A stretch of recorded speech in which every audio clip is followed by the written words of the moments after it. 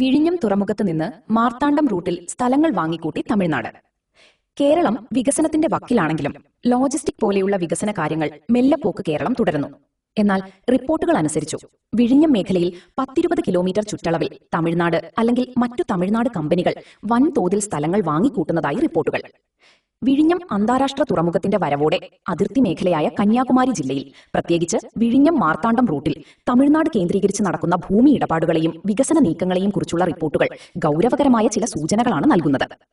വിഴിഞ്ഞത്ത് നിന്ന് ഏകദേശം 15-20 കിലോമീറ്റർ മാത്രം അകലെയുള്ള കളിയിക്കാവിള, മാർത്താണ്ഡം, പടന്താലമൂട്, കുഴിത്തുറ തുടങ്ങിയ മേഖലകളിൽ വൻകിട വ്യവസായ ഗ്രൂപ്പുകളും തമിഴ്നാട് സർക്കാരും ഭൂമി ലക്ഷ്യമിടുന്നുണ്ട്.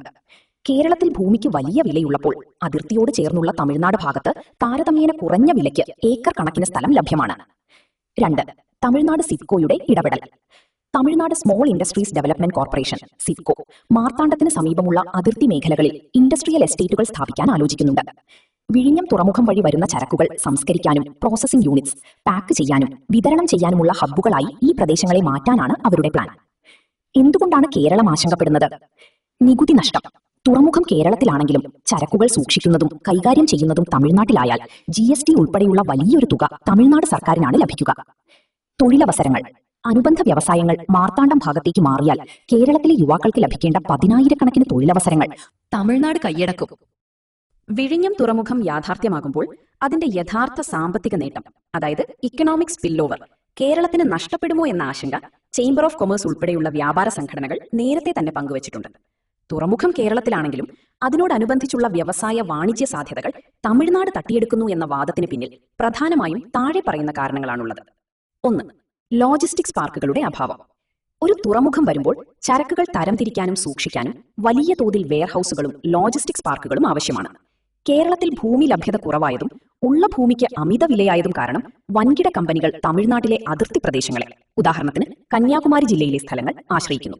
ഇത് കേരളത്തിന് ലഭിക്കേണ്ട നികുതി വരുമാനവും തൊഴിലവസരങ്ങളും നഷ്ടപ്പെടുത്തും. 2. ഭൂമി കൈയടക്കൽ. വിഴിഞ്ഞത്തിന് തൊട്ടടുത്തുള്ള തമിഴ്നാട് അതിർത്തികളിൽ തമിഴ്നാട് സർക്കാർ നേരിട്ടും സ്വകാര്യ ലോബികൾ മുഖേനയും വലിയ തോതിൽ ഭൂമി ഏറ്റെടുക്കുന്നുണ്ട്. ഏകദേശം 10-15 കിലോമീറ്റർ ചുറ്റളവിൽ തന്നെ ഇത്തരം നീക്കങ്ങൾ സജീവമാണ്. തുറമുഖ അനുബന്ധ വ്യവസായങ്ങൾ അവിടെ സ്ഥാപിക്കാനാണ് അവരുടെ നീക്കം. 3. അടിസ്ഥാന സൗകര്യ വികസനത്തിലെ വേഗത. വിഴിഞ്ഞം പദ്ധതിക്കൊപ്പം വികസിക്കേണ്ടിയിരുന്ന outer ring road, logistics corridor തുടങ്ങിയ പദ്ധതികൾ കേരളത്തിൽ ഭൂമി ഏറ്റെടുക്കൽ നടപടികളിൽ കുടുങ്ങിക്കിടക്കുകയാണ്. എന്നാൽ തമിഴ്നാട് തങ്ങളുടെ അതിർത്തിയിൽ റോഡ്, റെയിൽ സൗകര്യങ്ങൾ അതിവേഗം വർദ്ധിപ്പിക്കുന്നത് അവർക്ക് മുൻതൂക്കം നൽകുന്നു. 4. വ്യവസായ സൗഹൃദ നയങ്ങൾ. തമിഴ്നാട്ടിലെ വ്യവസായ നയങ്ങളും ഭൂമി സംബന്ധമായ ചട്ടങ്ങളും കേരളത്തെ അപേക്ഷിച്ച് കൂടുതൽ ലളിതമാണെന്നത് നിക്ഷേപകരെ അങ്ങോട്ട് ആകർഷിക്കുന്നു. ചരക്കു നീക്കത്തിന് തമിഴ്നാട് നൽകുന്ന ഇളവുകളും മറ്റും വൻകിട കപ്പൽ കമ്പനികളെയും ഏജൻസികളെയും പ്രലോഭിക്കും. വ്യവസായ ഇടനാഴി, ഇൻഡസ്ട്രിയൽ കോറിഡോർ. വിഴിഞ്ഞത്തെയും തൂത്തുക്കുടിയെയും ബന്ധിപ്പിച്ചുകൊണ്ടുള്ള വികസന പ്രവർത്തനങ്ങൾ തമിഴ്നാട് സർക്കാർ ലക്ഷ്യമിടുന്നുണ്ട്. കന്യാകുമാരി ജില്ലയിലെ അതിർത്തി പ്രദേശങ്ങളിൽ ചരക്ക് നീക്കത്തിനുള്ള യാർഡുകളും ട്രാൻസ്പോർട്ട് ഹബ്ബുകളും നിർമ്മിക്കാൻ സ്വകാര്യ ഗ്രൂപ്പുകൾ സ്ഥലം കണ്ടെത്തുന്നുണ്ട്. റിയൽ എസ്റ്റേറ്റ് കുതിച്ചുചാട്ടം.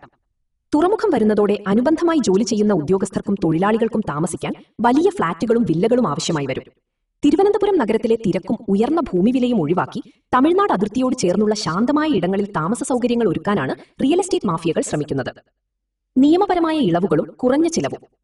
കേരളത്തെ അപേക്ഷിച്ച് തമിഴ്നാട്ടിൽ വ്യവസായങ്ങൾ തുടങ്ങാനുള്ള നടപടിക്രമങ്ങൾ ലളിതമാണെന്ന ധാരണയും ഭൂമിയുടെ നികുതിയിലും രജിസ്ട്രേഷൻ ചിലവിലുമുള്ള കുറവും പലരെയും അങ്ങോട്ട് ആകർഷിക്കുന്നു. പരിഹാരമായി ചേംബർ ഓഫ് കൊമേഴ്സ് മുന്നോട്ട് വയ്ക്കുന്ന നിർദ്ദേശങ്ങൾ: സ്പെഷ്യൽ ഇക്കണോമിക് സോണുകൾ SEZ. വിഴിഞ്ഞത്തിന് സമീപം തന്നെ കൂടുതൽ സാമ്പത്തിക മേഖലകൾ സർക്കാർ മുൻകൈയെടുത്ത് നിർമ്മിക്കണം. ഭൂമി ഏറ്റെടുക്കൽ വേഗത്തിലാക്കുക. ഔട്ടർ റിംഗ് റോഡിനോട് ചേർന്ന് വ്യവസായ പാർക്കുകൾ സ്ഥാപിക്കാനുള്ള നടപടികൾ യുദ്ധകാലാടിസ്ഥാനത്തിൽ പൂർത്തിയാക്കണം. നികുതി ഇളവുകൾ. വിഴിഞ്ഞം വഴി ചരക്ക് നീക്കം നടത്തുന്ന വ്യാപാരികൾക്ക് പ്രത്യേക ആനുകൂല്യങ്ങൾ നൽകി അവരെ കേരളത്തിൽ തന്നെ നിലനിർത്തണം. വിഴിഞ്ഞം അന്താരാഷ്ട്ര തുറമുഖത്തിന്റെ വരവ് കേരളത്തിന് മാത്രമല്ല അയൽ സംസ്ഥാനമായ തമിഴ്നാടിനും വലിയ രീതിയിലുള്ള സാമ്പത്തിക മുന്നേറ്റത്തിന് വഴിതെളിക്കുന്നുണ്ട്. പ്രധാനമായും ദക്ഷിണ തമിഴ്നാട്ടിലെ വ്യവസായ മേഖലകളിലാണ് ഇതിന്റെ പ്രതിഫലനം പ്രകടമാകുക. വിഴിഞ്ഞം തുറമുഖം വഴി തമിഴ്നാടിന് ലഭിക്കുന്ന പ്രധാന നേട്ടങ്ങൾ താഴെ പറയുന്നവയാണ്. ചരക്ക് നീക്കത്തിലെ ലാഭം. ചരക്കു നീക്കത്തിലെ ലാഭം. കന്യാകുമാരി, തിരുനെൽവേലി, തൂത്തുക്കുടി തുടങ്ങിയ തെക്കൻ ജില്ലകളിലെ വ്യവസായശാലകൾക്ക് ചരക്കുകൾ കയറ്റുമതി ചെയ്യാനും ഇറക്കുമതി ചെയ്യാനും വിഴിഞ്ഞം ഏറ്റവും അടുത്തുള്ള വലിയ തുറമുഖമായി മാറും. കൊളംബോ വഴിയുള്ള ചരക്കു നീക്കത്തേക്കാൾ സമയവും പണവും ഇതിലൂടെ ലാഭിക്കാം. ലോജിസ്റ്റിക്സ് ഹബ്ബുകളുടെ വികസനം. വിഴിഞ്ഞത്തെയും കന്യാകുമാരിയെയും ബന്ധിപ്പിച്ചുകൊണ്ടുള്ള ചരക്കുനീക്കം വർദ്ധിക്കുന്നതോടെ അതിർത്തി മേഖലകളിൽ പുതിയ വെയർഹൌസുകളും ലോജിസ്റ്റിക്സ് പാർക്കുകളും ഉയരാൻ സാധ്യതയുണ്ട്. ഇത് തമിഴ്നാട്ടിലെ പ്രാദേശിക സമ്പദ് വ്യവസ്ഥയെ ഉത്തേജിപ്പിക്കും. തൊഴിലവസരങ്ങൾ.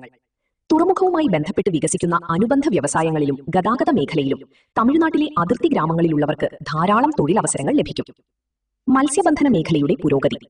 തുറമുഖ വികസനത്തിന്റെ ഭാഗമായി മെച്ചപ്പെടുന്ന കടൽ സുരക്ഷയും അത്യാധുനിക സംവിധാനങ്ങളും തമിഴ്നാട്ടിലെ തീരദേശ മത്സ്യത്തൊഴിലാളികൾക്കും പരോക്ഷമായ ഗുണങ്ങൾ നൽകും.